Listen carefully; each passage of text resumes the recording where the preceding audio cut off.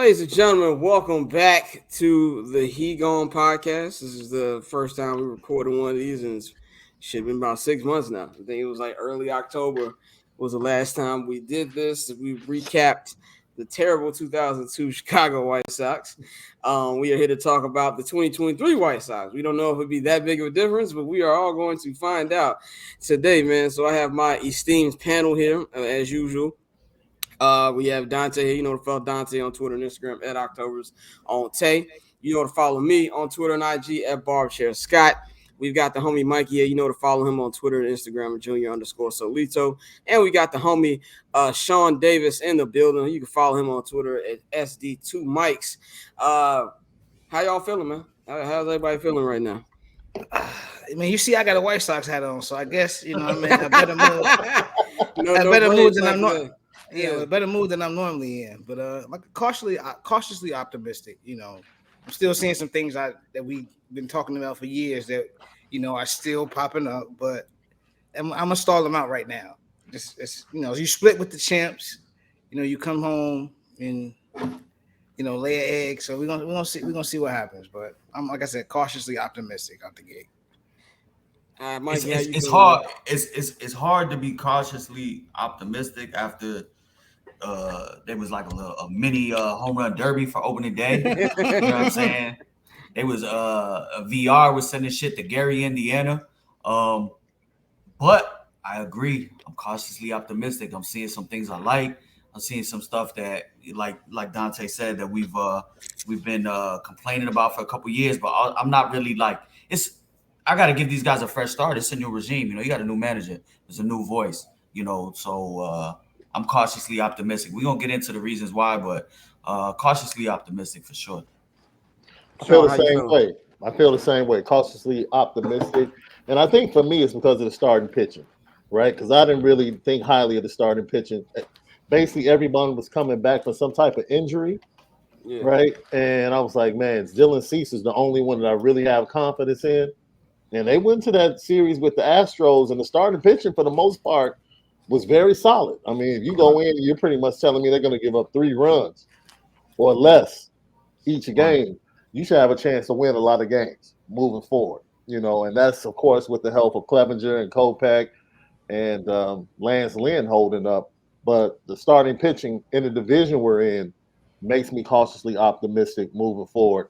And like, Dante said, like, it's a whole bunch of stuff that is revisionist history that I'm sure we'll get into, but you have to overlook it, like Junior said, because of the new regime, and give everybody a chance, man.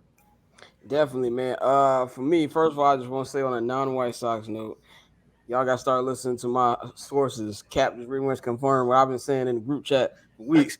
The Bears going to Germany, nigga. So, as Mikey says, believe me, bro, season is here. I tried to tell niggas for a month. So it will be Justin Fields, Patrick Mahomes in Germany. So I'm looking forward to that. But as far as our beloved baseball team, I'm the same way. Now, as a guy who we're going to get into our record predictions at the very end of the show, I'm pretty positive I have the highest number of wins out of everybody on this panel.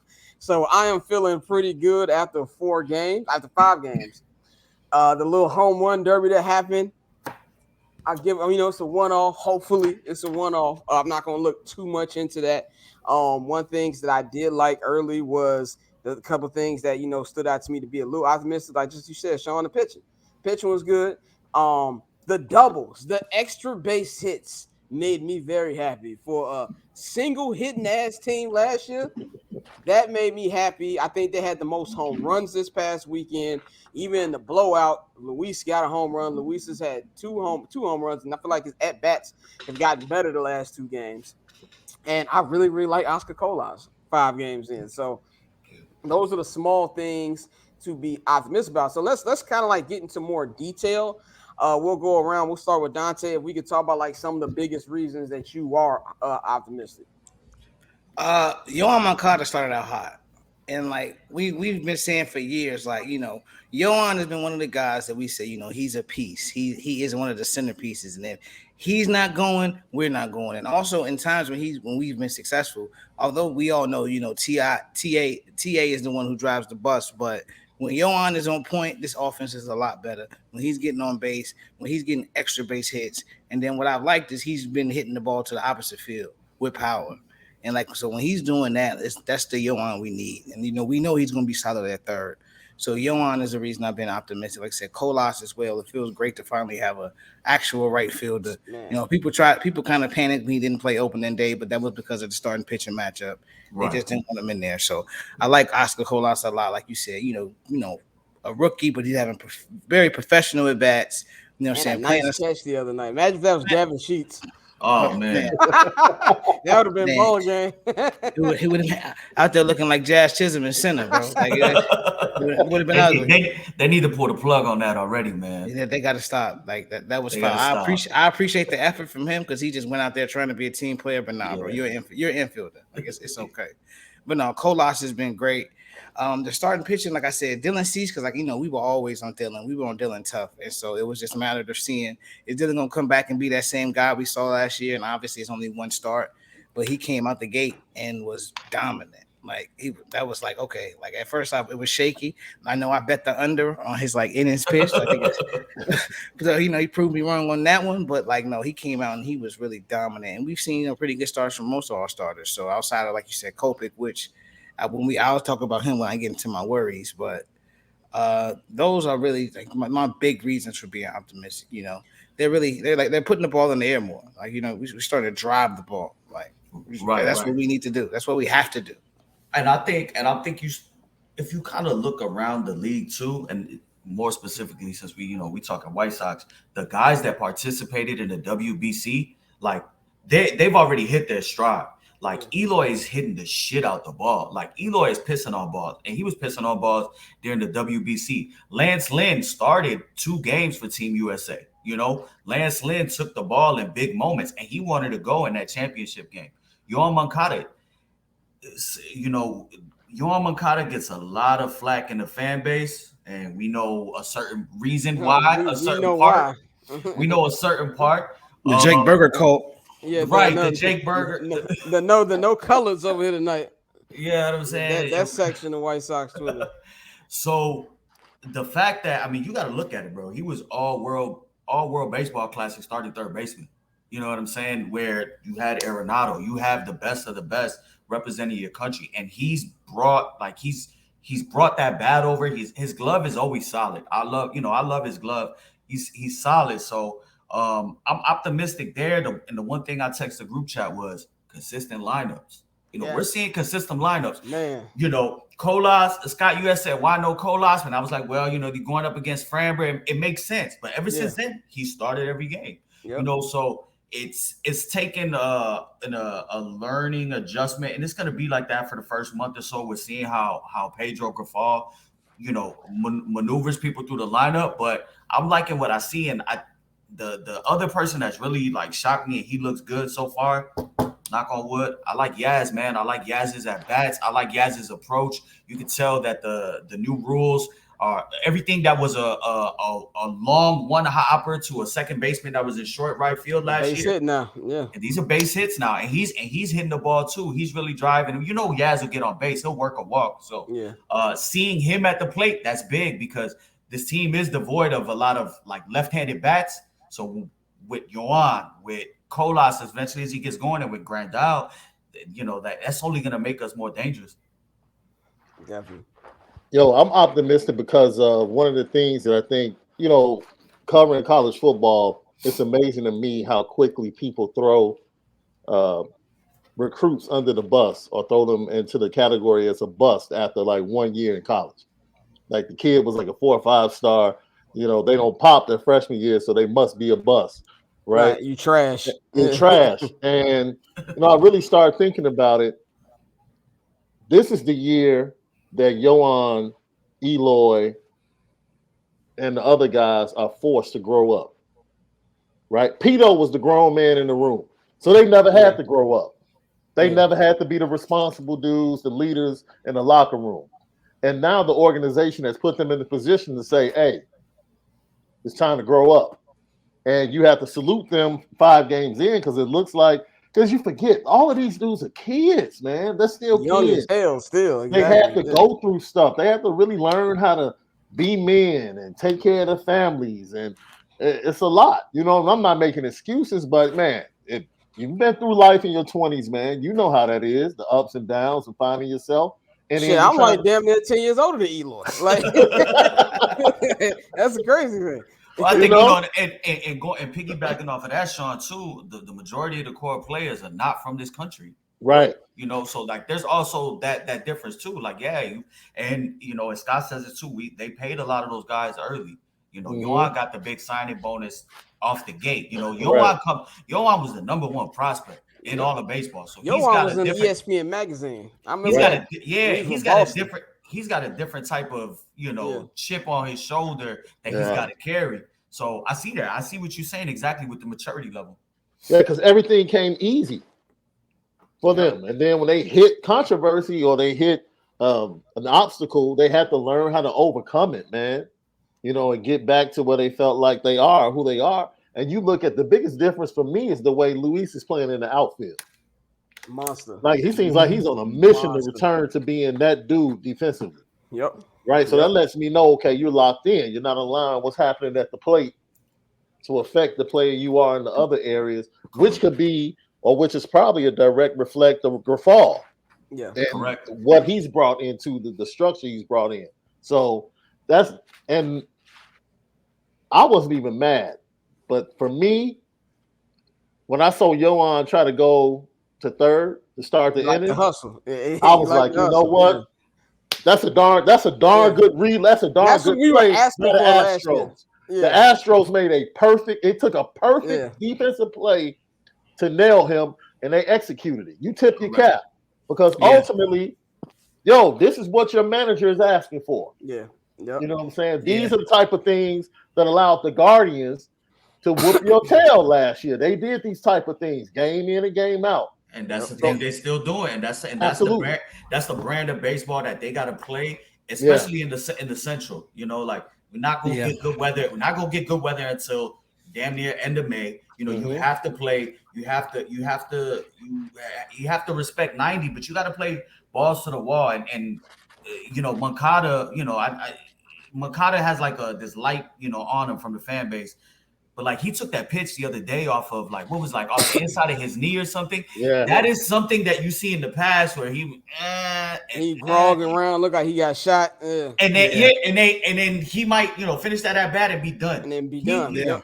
He stood through it. Next at bat, he worked the double. Like I think it really is Grafal, and you got to give it to this staff. They got somebody that they listening to so far.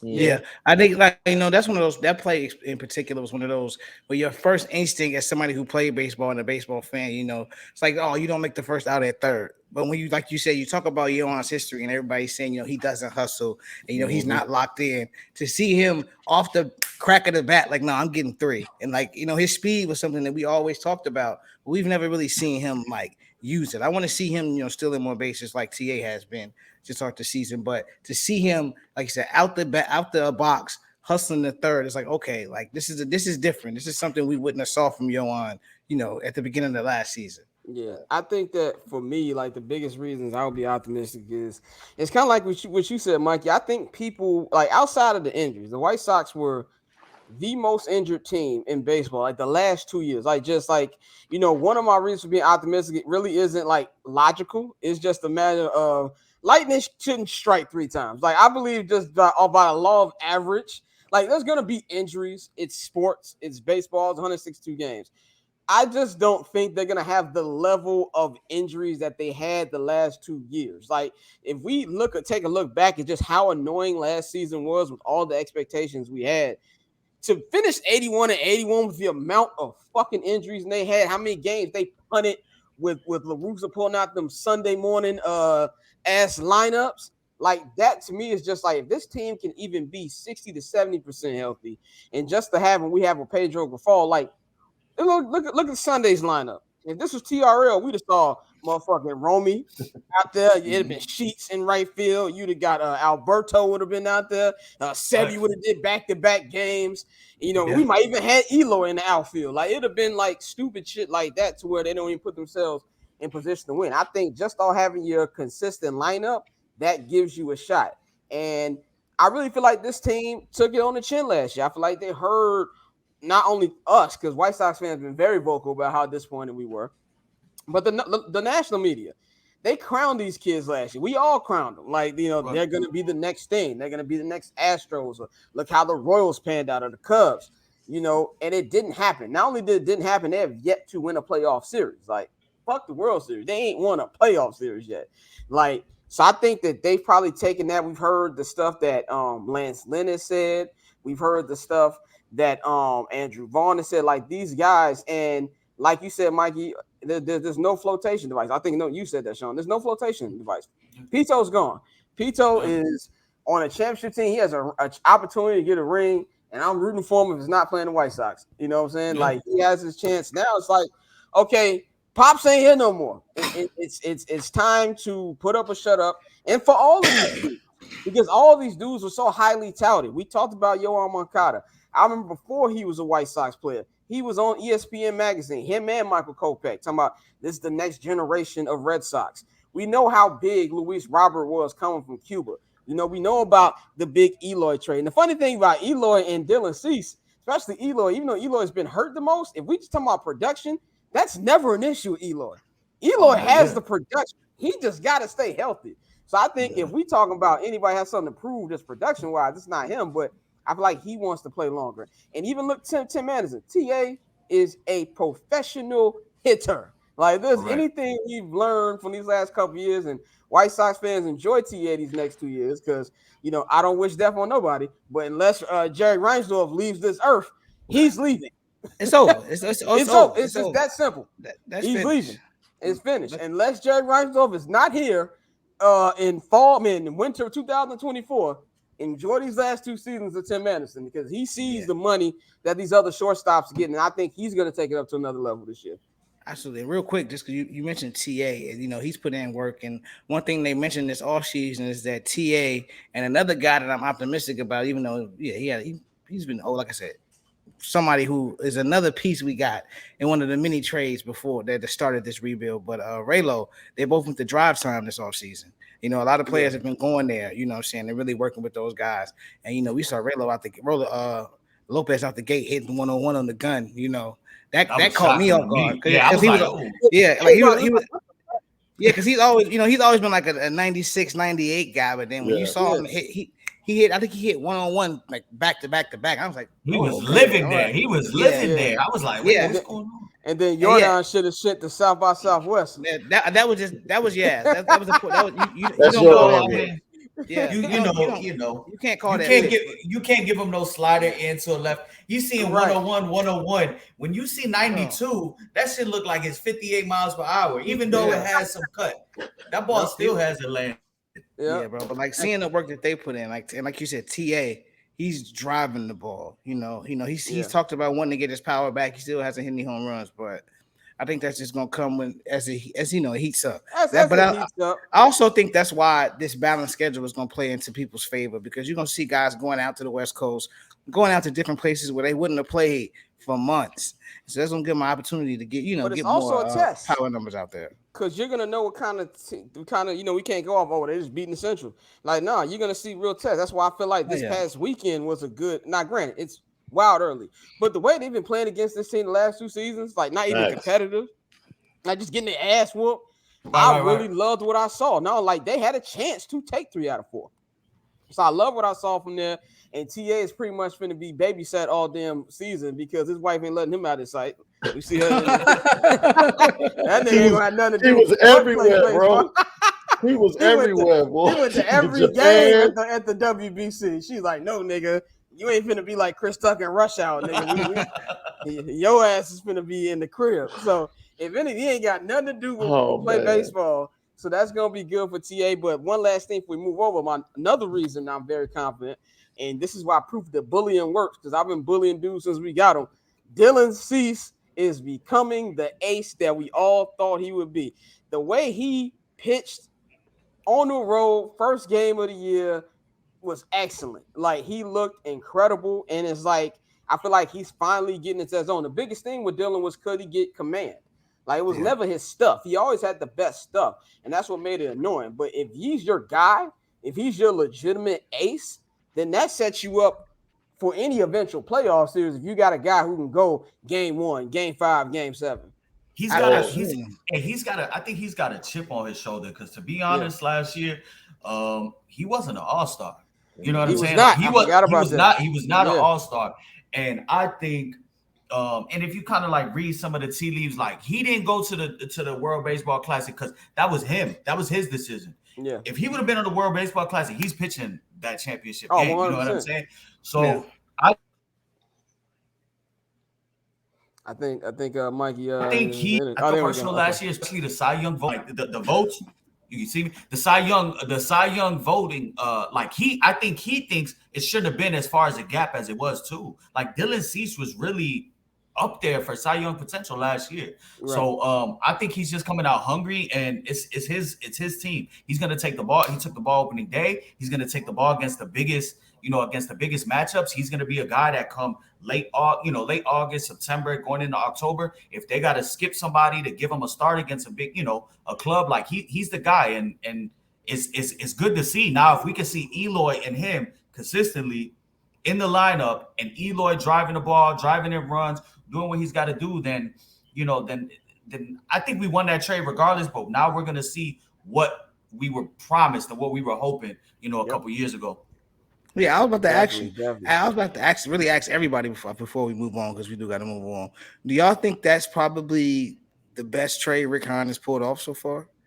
Like, with Dylan becoming who he is, and like you said, Eloy, when he's been available, the production's been there. He's just been hurt. 100%. So, 100%. I think that's like with Yohan being so inconsistent and Kopech being, I'm not gonna say a lemon, but I mean, I'll say it's the one that's produced the most results. I'll say the Yohan Kopech trade on paper was still really good at the time, and correct. I feel like, and we've seen, even though the Red Sox won the World Series now, but we ain't seen Chris Sale in the field since they won the fucking World Series. So, what I'm saying? I think those two, but I definitely think out of the deals he made, this one has showed the most production so far. I mean, it got back the best player.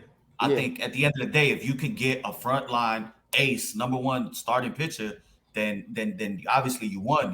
Giolito, we were hoping he was going to be that. It's clear he's not. Let's hope that he can bounce back. But Moncada, if Moncada can do what he's doing, then those two are going to be 1A, 1B, because finding a switch hitting third baseman who could spray the field with the glove, with the legs he has, and he's got some pop, like, that's teams will pay for that. Teams will pay for that. We paid for that by trading Chris Sale, at that point in time. So, but as right now, Dylan Cease is the guy in that, and out of all those moves they made. Yeah, definitely. Shaun, did you answer on the trade or? No, I agree, man. Okay. He perfectly caught Theo coming out of mass that Sunday morning. he definitely caught him off guard. He caught him at the most desperate time ever. When that cat Theo was like, skipping, just here. I need to try to repeat. For Jose Quintana. For Jose Quintana. That was damn near highway robbery. But and also I hope I get to see a C's game, because they play the Angels and the Dodgers this year. And if I gotta be in Dodger Stadium watching Kopech get rocked, I'm gonna be upset. So I hope a C's start is in Los Angeles. But we would not be Chicago sports fans if we didn't talk about the things that worry us. So let's get into the things that worry us. Now, we've been real positive on this podcast for 23 minutes. So I think it's time for us to change it up a little bit. Out of the things that we saw, not only these first 5 games, but stuff coming into the regular season, out of all the positive things we said, what are the things that worry you the most that would stop not only the optimism we had, but would stop this from being a good season altogether?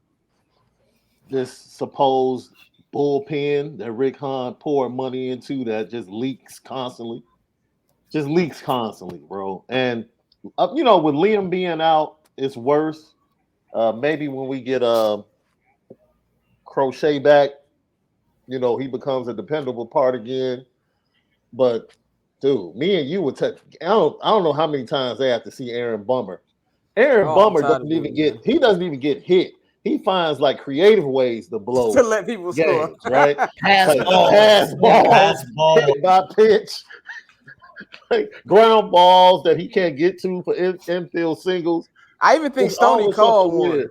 I think He Stoney did. Yeah, called he one this did. weekend. Yeah. He's like, "Well, it's about to be strike 3. You need to watch out for this one. Watch Yaz," and that shit went right past Yaz. Man, you know, I was big on Bummer too, man. Yeah. He had some games a couple seasons ago. Have they found? See, it's amazing. I don't think they found like a perfect spot for him. He was the eighth inning guy. Now he's like the high leverage guy in the sixth or seventh. Well, I think that's the And he problem. used to Don't nobody have a close. role right now. Right. Until Liam gets back, nobody has a role. And shout out to Liam, had his last round of chemo yesterday, man. So definitely prayers and thoughts out to him. I know baseball's last on everybody's mind. I'm glad that he's just doing better. But once he does come back, then everybody gets into a role. Right now, Pedro's just like, I feel like he's just trying to figure out who the hell can I trust here. And he's just trying to like throw people out. And I think that's gonna help. It's not gonna help a lot early in the season. Dude, I don't need. It's gonna. I think it's gonna have to be Raylo just off. Joe Kelly has been in the major leagues for a very long time. He's got 9 career saves. That's not him. That's not his role. Graveman can close, but you need that 8th inning guy because, like you said, Shaun, you swap him. Who are you gonna put that Bummer? You might not need Graveman in the 9th if you let Bummer go out there and give it up. But what the heck happens? What happens to Graveman after 2 outs, man? This dude comes in and gets 2 outs, and then all of a sudden, just falls off. Right? Yeah. It's crazy, man. It really is crazy. Like because you have solid arms, you had Kelly Graveman. They'll look good, and then all of a sudden, man, they'll just fall off a cliff. You just want some consistency, man. That's it. Yeah. No, from arm talent is there, but consistency is just like, oh man, they're gonna cost us some games.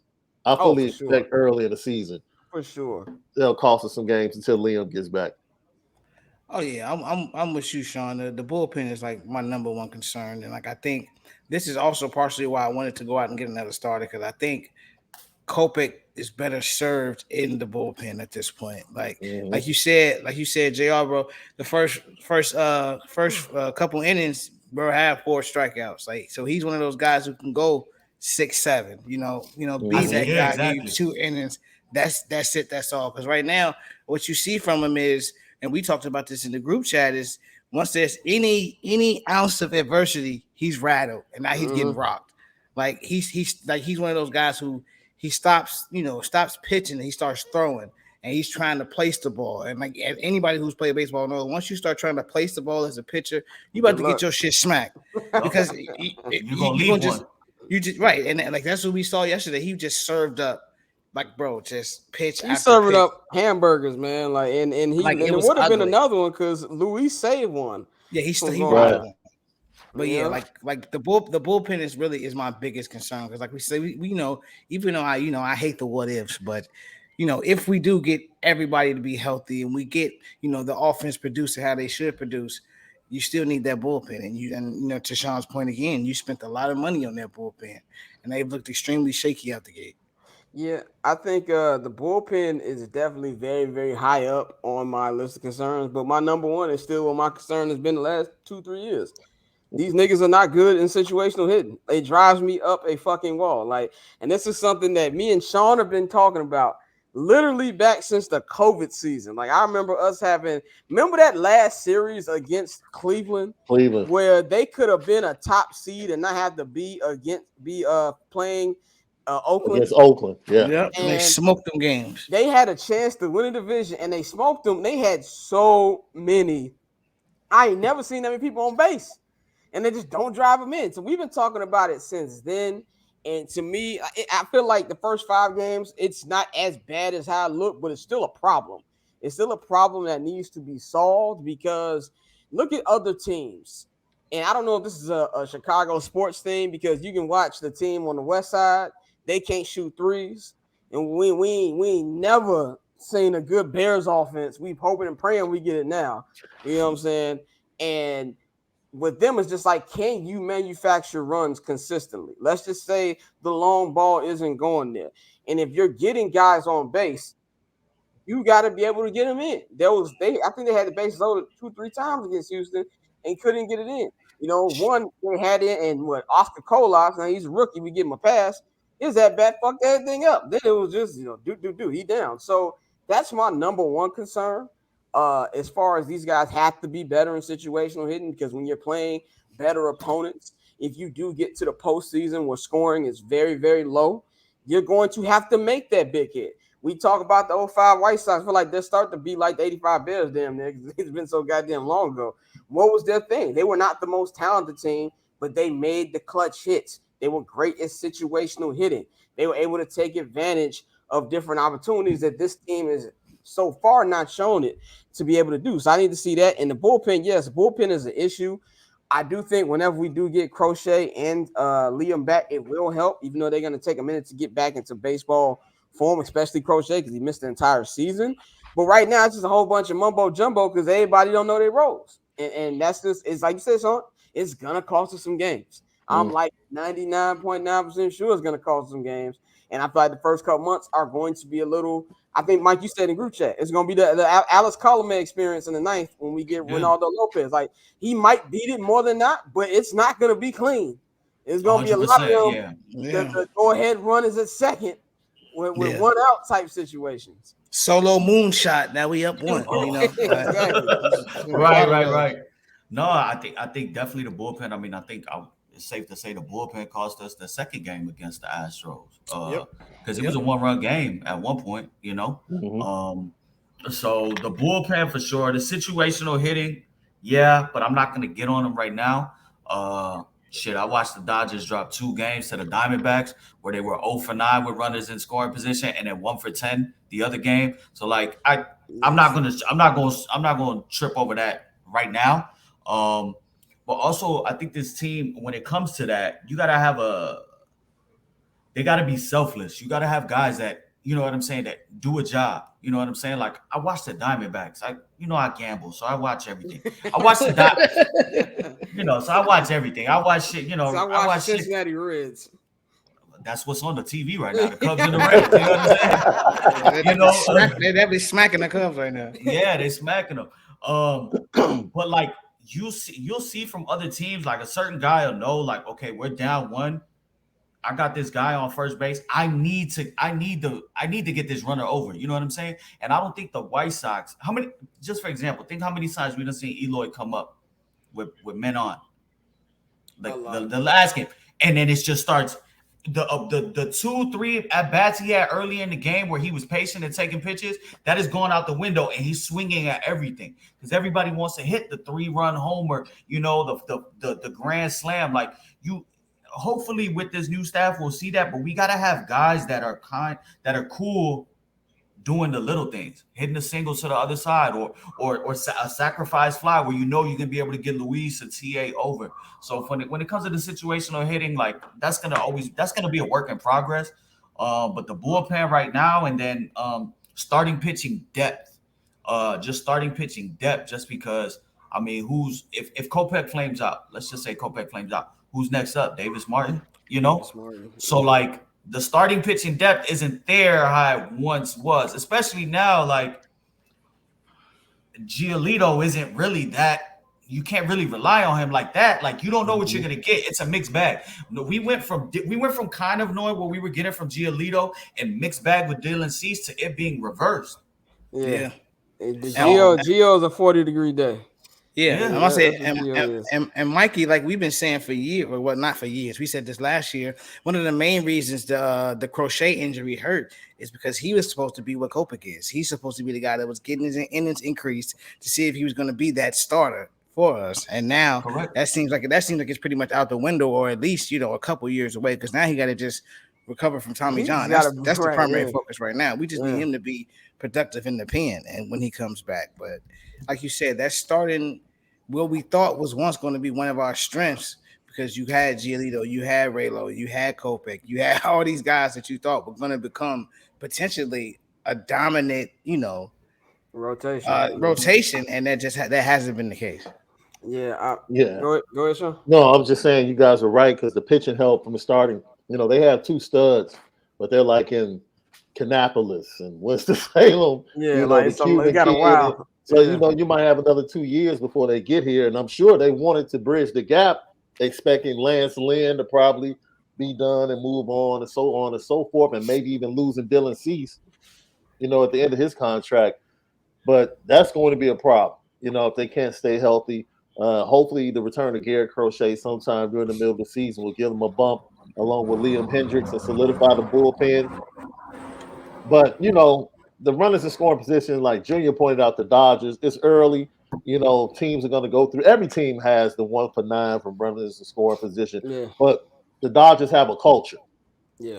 The Astros have a culture. The White Sox are trying to build that culture.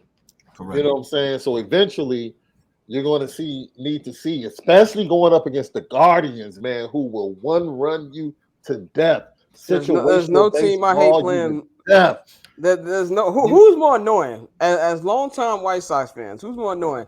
The Twins or the Guardians? Yeah, no, this current Guardians or the Piranha era Guardians, the Piranha era Twins with Mauer, Morneau, Denard, Span. Yeah, the Twins.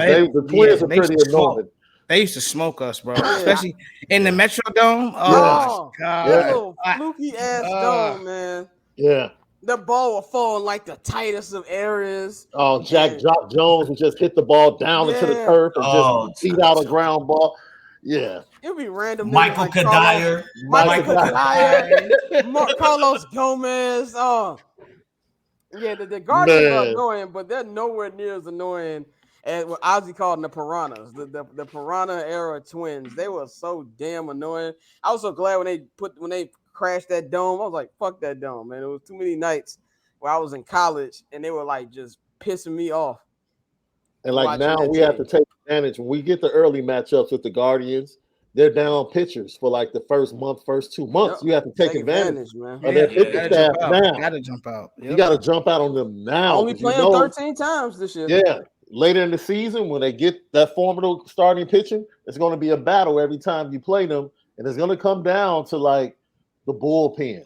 It's going to come down to a key back. You have to clean. Hey, dude, let me tell you something, man. In any sport, as much as we want to talk about talent, the best teams in any sport just allow other teams to beat themselves.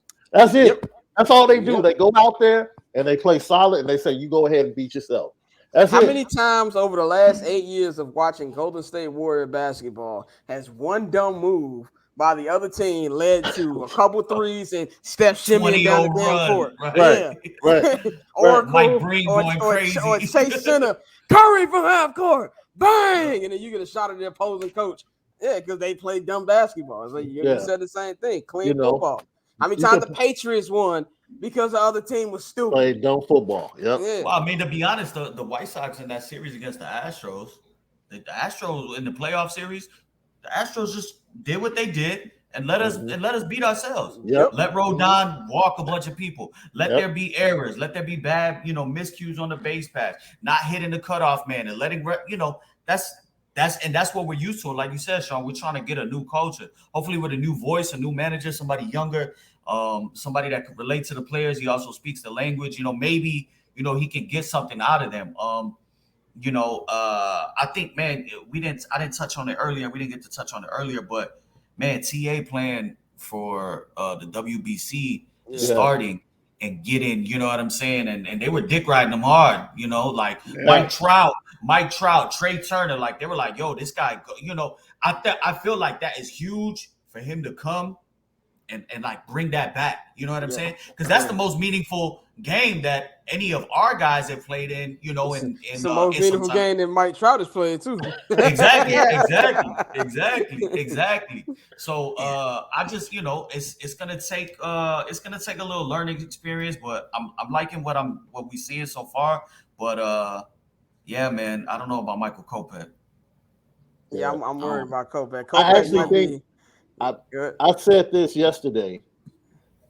I watched the fourth inning, and I'm like, this dude slows his motion down when he throws the breaking ball. Mm-hmm. Yep. I'm like, dude, it's easy to see. You can tell like he slows his motion when it's a breaking ball. They said this morning he was tipping his pitches. They came out and say he was tipping his pitches. If I see that, then what you think they see? Right. I know they see that. right? Yeah, So yeah, either they're gonna have to make the adjustment. And I always thought it was strange. Like, dude, you're throwing 96, 97, your slide is 86. yeah. Like your slide is Yeah. supposed to be like 91, 90. Like Yeah. to look I'm, like a fastball and then have movement. So I'm glad you said that too, because it's also like when I watch the Bears and like you see like a play getting ready for them, like, oh, that shit's not gonna work. If yeah, my non-football playing ass can see that, what you think the opposing defense is thinking? because I was watching all of the home runs and I'm like, oh, the one he gave up on the breaking ball, I'm like, oh, he definitely telegraphed that. Yeah, yeah. Like it was easy to see. Like, and dude just was like, oh, okay. Okay, I know. And his swing was way too sweet. But the thing too, and I've been saying it, his fastball, it is not like it's not a Jacob DeGrom Jacob DeGrom it's no movement. It's just straight, bro. It's just straight. And at the end of the day, these are major league hitters. I don't care if it's 98, 99, 100. We done seen people take a Roldis Chapman throwing 101 deep. Oh, you know what I'm saying? It is right there. It has no cut, no tail. Like it's easy to sit on. Yeah. And I think another thing that like pitchers know this, but like you see it, they're in the dugout with the iPads like their quarterback. So like if you're sitting there, I guarantee you after the first few batters, they were in there passing that iPad around like, bro, look at this. Look what he's doing. Like it's kind of like in the World Series when Bryce ran over to the dugout and was like, yo, he's tipping his pitches. Right. They were taking turns on his turns on his ass. These are professional hitters. So like when they see it and they have everything at their disposal to see it, it's like you just can't do that. And it's like with Kopech, I agree, like you said. And I think part of that is, like you said, like I said earlier, he gets in his head, and then he's trying to place the ball, and you can't do that like that. Like these are like they see that they're like, okay, all right. Like you said, he sat on that breaking ball, and he smoked that joint in the left field. I said no. He sat on that too. I know you're a professional hitter, dude, but when you sit on a breaking ball like that, it's like, okay, you either knew that was coming or you saw it. You had to add it. Do he got a buzzer? Do they got the buzzers on? Like what's going on? Like it's no way he just knew. They just knew what was coming. Right. As we all know, the purpose of each season is to make the major league playoffs. So, what are the things that you feel the White Sox have to do over a 162 game, marathon to make sure they're back in the playoffs after missing it last year? Stay healthy. Yep. Okay, Kenny Williams. that's the Reinsdorf motto. Stay healthy. We hear that every year, bro. No, I feel it's funny because it's but true. It's true like, though. It's true. it's like very factual. One. Yeah. Like you can't fault them for saying it, even though they say it so much, because it's true. Like we gotta stay healthy. Like But I think outside of staying healthy, the one thing I would say is we gotta clean it up. Like defensively on the base pass, the little things, because the great teams, they hit the ball out the ballpark, they pitch well, they strike people out, but they still do the little things. And the White Sox, for years, we've seen them be bad at the little things. Correct. Yeah, he said it. Tafe said it perfectly, man. It's the little things, because you're sitting here thinking about the Guardians, and the Twins have started off like game busters, right? I'm gonna say what I said last year. I'm not worried about Minnesota. You can say that, right? I'm not gonna lie though. They do the little things. They have a culture doing the little things. But Minnesota always starts off hot. Nah, but this is a different Minnesota team. Like I think I was on them last year, wasn't I? Yeah, you was. Yeah. But they added Pablo Lopez. Like they added a legit starting pitcher. Then they added Tyler Mahle from the in the offseason. Oh, they did in the summer. In the summer, in the summer. So then they got a full year of him. Don't they got Sonny Gray? Sonny Gray is still there. They got they got Jorge Lopez coming in off the bench to out the bullpen to close. He's lights out.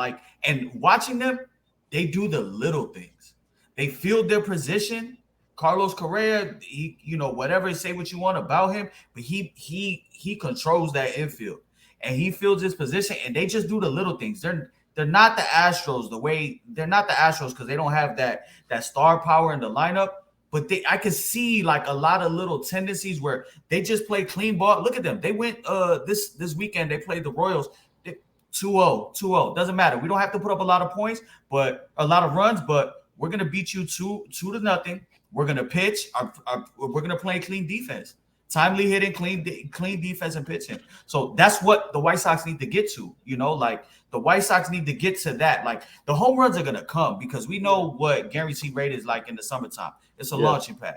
So the home runs, the home runs are gonna come, but like Scott said, can you get that single when we need it? When we don't need a home run, can you get that base knock to keep the inning going? And that's stuff that a lot of the teams that are ahead of us that they just do consistently.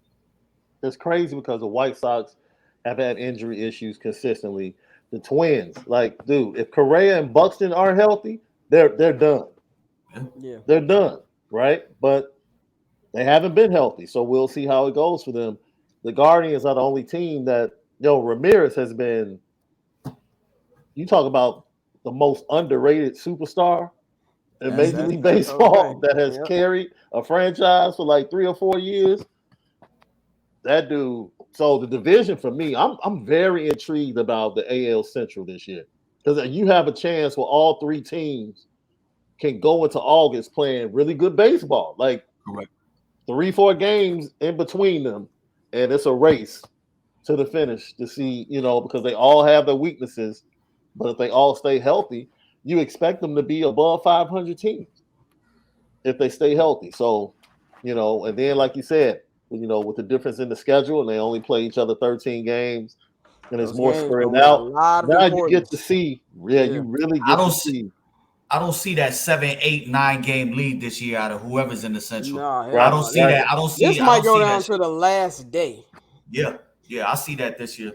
Yeah. I mean, for me, man, I think it's really just echoing everything y'all said that they have to be the team that they have not been in the Tony La Russa era. And we talk about building a culture.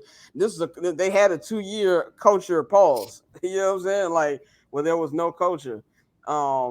So, I feel like that's something that they need to work on that. They've got to play clean baseball. They've got to be smarter and play defense, which I've actually been pretty impressed by defense so far, just as a whole. Very, very small sample, not even 1% of the season. But they need to do that. But it's kind of like Mikey said. I know feel like we beating the dead horse, but you got to stay healthy. And you see Dante, I didn't say dead horse after a dead guy. If anybody was listening to Ball Don't Lie yesterday. You on mute, bro. So it was a very wild statement yesterday. I didn't notice I said so later. But you got to stay healthy. Like, I have a friend, he's a diehard Cub fan. He hates the White Sox. He was like, all bullshit aside, y'all just got to stay healthy. He said, if y'all are healthy, like, this team will be much, much better. And, like, I know it seems simple, but no, if they can stay healthy, it gives you at least a chance. Because how can you evaluate these guys? You can't. They're not healthy. You can't. Yeah. It's the Justin Fields. How can you evaluate him if you don't give him the pieces on offense?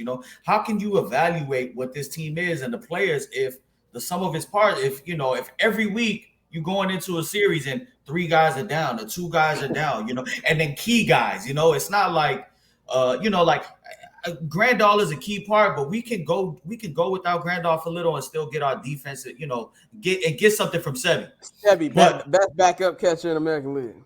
Luis Robert go down, then what is it? Now you're moving Andrew Benintendi to center field, and you stuck playing Eloy in left field with Colas and right, So like it really does boil down to health in it all, because I think we all would like to see a full season of, and that's the Chicago thing. If healthy, if the Bulls were healthy, if we had Lonzo here, I truly believe we'd be talking about the Bulls. We talk about the Knicks right now. I truly believe that'd be the case, but we don't know. Yeah, so it comes down to that, and then it just comes down to what Scott, something you've been saying too for the last couple of years. They got to perform. Like they can't just be if healthy. Like, okay, you're healthy, be there. Don't just be a body. Perform. Like, live up to Moncada, what that name is in your prospect ranking. Eloy and Cease, live up to it. TA, continue to to improve your game, etc. Luis Robert, like. I sent you guys in the group chat the Jeff Passan article where or not the article, the ESPN where they ranked the most overrated players in baseball. Overrated on there, yeah. And they had Luis Robert Jr. as one of the most top 10 most overrated players, and that's not what we want to see, like, so it's on them to show out. And it's right, and I got that because Shaun has been saying this since day one. I remember me and Shaun, we talking about, I think it was a trade deadline 2 years ago. And Shaun was like, I'm gonna be real, they really don't need to add nothing. It's just, if the core ain't producing, it don't matter who they got on the roster. And I was like, you're right about that. Like, the guys have to perform. Like, Tim Anderson has to perform all year. Luis, Eloy, Moncada, those Andrew Vaughn. Andrew Vaughn is coming in like, the White Sox don't have a good legacy, but they have a legacy at first base. And you come at the three either Hall of Fame or borderline Hall of Fame players, and the Big Hurt, Paulie, and Pito. Like, he has big shoes to fill. Yo, man, I'm telling you, I've been critical with you guys on shows before about Yohan, but I gotta give that dude his flowers, man. Yeah, like this is all we've wanted, dude. We knew this was you. Like, I don't know who the hell we've seen the last 2019. Absolutely, we knew this was you. But like you said, man, sometimes as fan bases, we really don't understand. Like, Dante, you cover it on a day-to-day basis. Like, man, playing in the majors is hard as hell, bro. It's different, bro. It's insanity when you really think about it. The grind that they go through is nuts, bro. And I played up to the college level, so. And that gap is like astronomical, man, to be like good on that. People really don't understand. So when you see people struggle, it's easy to be like, oh man, what's wrong with him? This dude. I attended one game last year behind the plate. Shout out my man Mike. He gave us tickets, and that's the one where Mikey called me on TV when I was like beer 3. We're like in the middle of the first inning. But that was actually the game done. Dante, you was at that game, the Astros game. Yeah, and I was they had to wheel y'all out and shit. Yeah.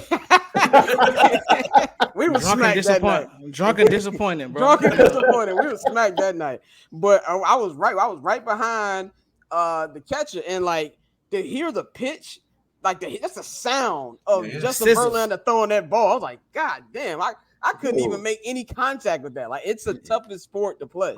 The greatest game I ever went to was like back in the early 2000s. It was when Barry Bonds was on the Giants, bro. And that Mark had like a 21 pitch battle with Matt Thornton. I'd never forget it, dog. Matt Thornton of all pitchers. Matt Thornton was just, dude, it was like two dudes like, you're not getting me. Yeah. And Matt Thornton was throwing 99 every pitch. No breaking balls. I'm coming right at you. And Barry Bonds was just fouling it off. And he finally got him to pop up. And I was like, yo, that was like the ending to it was kind of like, but it was like, yo, that was a great battle. Baseball's a grind. 106. Like, we talking right now after 5 games. We talk for a whole hour after 5 games about shit we want. You know what I'm saying? They still got 158 of these motherfuckers still to go. You know, like that. It's crazy. It is, and like Shaun, you mentioned covering it. Like I mentioned the iPads earlier, but like when I first went into the Braves locker room, and you go behind the clubhouse, and as you're walking toward the field, and you see the batting cages. Like when you go in there, it's like maybe 6 or 7. 50-inch TVs with all the analytics, with all the starting pitchers, every pitcher they got their shit on the loop, telling you what their tendencies are, and like they're in there like legit downloading this shit, going into the cage, having the pitching machine throw them certain pitches because this is this pitcher's tendency. Right. Like prime example, like especially with the way the relievers are, guys will go in there and be like, okay, I'm facing this reliever, and they'll have their shit on the board. Right, be in there practicing, bro. Like, so it's that meticulous, and you got to do that for 162 games, and then make the playoffs, and then make it extended. And it's like when you're around just like sports in general, you get a feel of just like the process these guys go through. I text Mikey and Dante last week. I was like, nigga, the Bulls showed up to crypto when I got here. They definitely finna get their ass whooped. Like they smell like Delilah and regrets from last night. I walked in the hallway. I was like, nigga, is that Patrick Williams and DeMar? I'm like, oh, we getting our ass kicked tonight. And what happened? Them niggas let fucking Eric Gordon score 35. So it's just certain shit from just like being around the sport, just certain things you pick up. And like you said, it's a tough game, man. But let's get to the moment of truth as we wrap this up. We're gonna go in order. I'm gonna go to Mikey first, then I'm gonna go to Shaun, then we'll go to Dante, then go to me. What will be the Chicago White Sox record And will they make the postseason? Mikey, you have the floor. Shit, let me do math right quick. Hold on. 88 and 74. 88 and 74. If the division, because genuinely, if somebody's standing out above the the division, then you probably in the 90 game category. But if we were gonna go off of what we said that the division is gonna be tight between all three, then I think 87 wins and up probably wins it. So I say 88 wins. I say 88 wins and they do win the Central. Shaun. All things being equal, man, before he even said it, I had settled on 88-74. So, but if they stay healthy, I do believe this team can catch a heater. They can catch a 12, 13 game winning streak. They have the talent to catch a heater like in the middle of the summer and kind of stretch things out and get over that 90 win mark. So that's just being healthy and everything going the right way. All things considered, I think they sit right there, upper 80s, with a chance to get to the 90s. I'll say 88-74.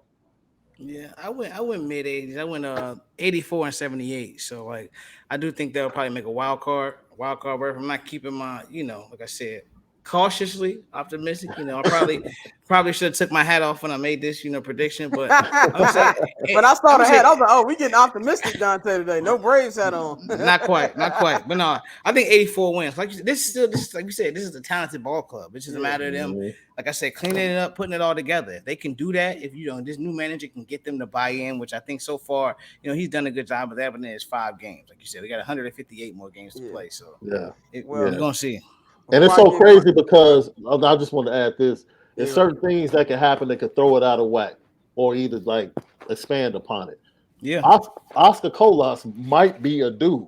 Yeah, he might be a guy. And if he is a dude that's going to be hitting 320 homers, that's changing the whole trajectory of everything, right? Yep. If Yoan is going to be that dude that he is now for a full season, that's changing the trajectory of everything. Yeah. So, it's gonna be a fun season. Yeah, it's gonna be a fun season. Now, before I give my actual record, I'm gonna say, as Mikey said in the group chat, my caveat for this. But this is what I'm gonna say: there's no actual outcome to the season that would surprise me. The only thing that would legit surprise me is if they won the World Series. That would surprise me. Yeah. There's nothing them making the ALCS would not surprise me. Them winning the division would not surprise me. Them being a wild card team would not surprise me. Them being so bad that they're selling off assets like Michael Jackson by All-Star break would not surprise me.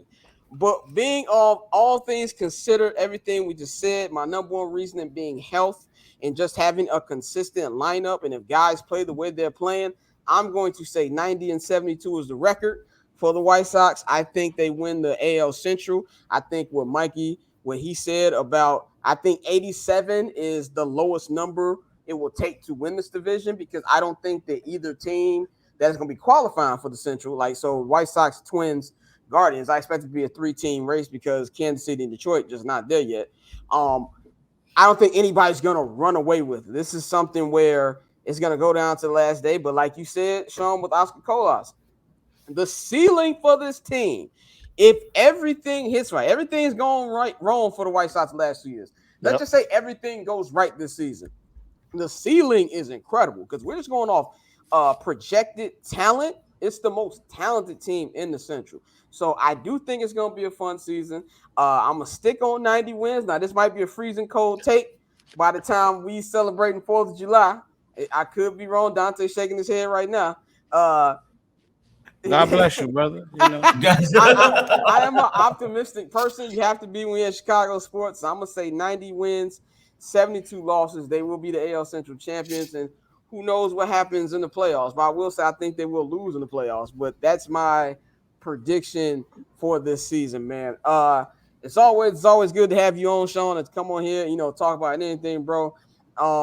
Me, Mikey, and Dante will try to do this podcast as many times this season. I'm not going to give y'all it's not going to be weekly. We're going to try for bi-weekly. We got a lot of things going. It really kind of depends on what the teams do, because these niggas are ass. I'm not finna come up here talking about these niggas. When the last time I did a Bulls podcast? It's been a long time. So we really gonna see. We're gonna try to update it as much as possible. So this is our season preview. Is there anything you guys wanted to say before we get up out of here? No, I mean, like I said, I am covering the Braves again this season. Check me out on MLBBro.com. Yes, Pierce is sir. doing some things for the social media department over there. I knew it was real because we just got the official message from MLB. Don't post our shit.